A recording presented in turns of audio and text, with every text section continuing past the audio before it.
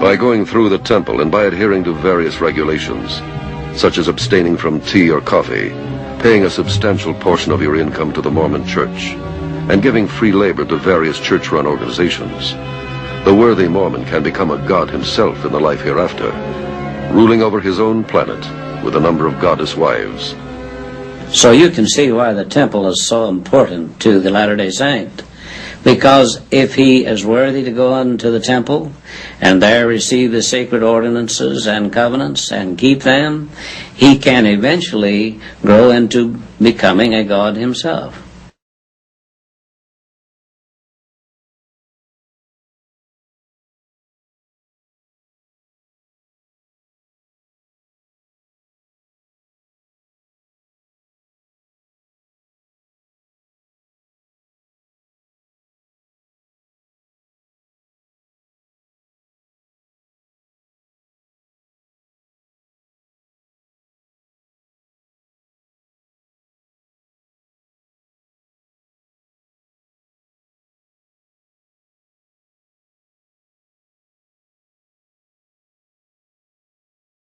Tell me who God the Father is to you.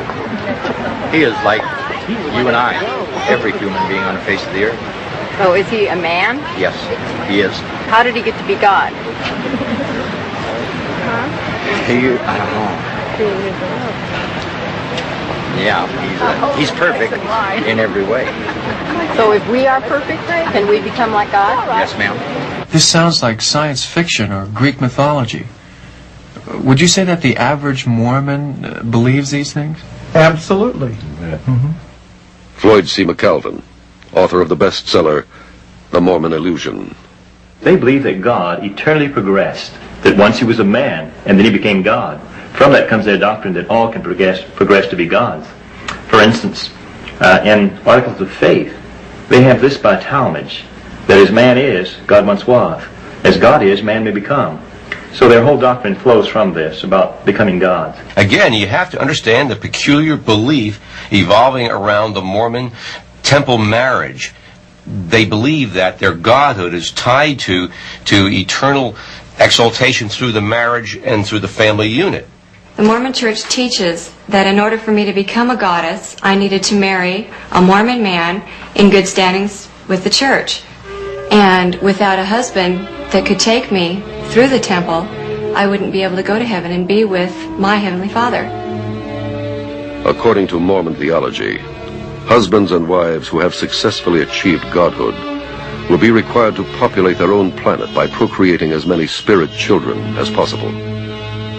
Ever since I was a little girl, I was taught that my primary purpose was to become a goddess in heaven so that I could multiply an earth. And I wanted that. I wanted to be eternally pregnant and look down on an earth and say, that's mine. And I populated that whole earth and all those little babies I had. And to tell you the truth, I find it extremely difficult to believe that the Mormon attorneys and judges I know actually expect to become infinite gods, peopling new worlds and engaging in celestial sex with their goddess wives.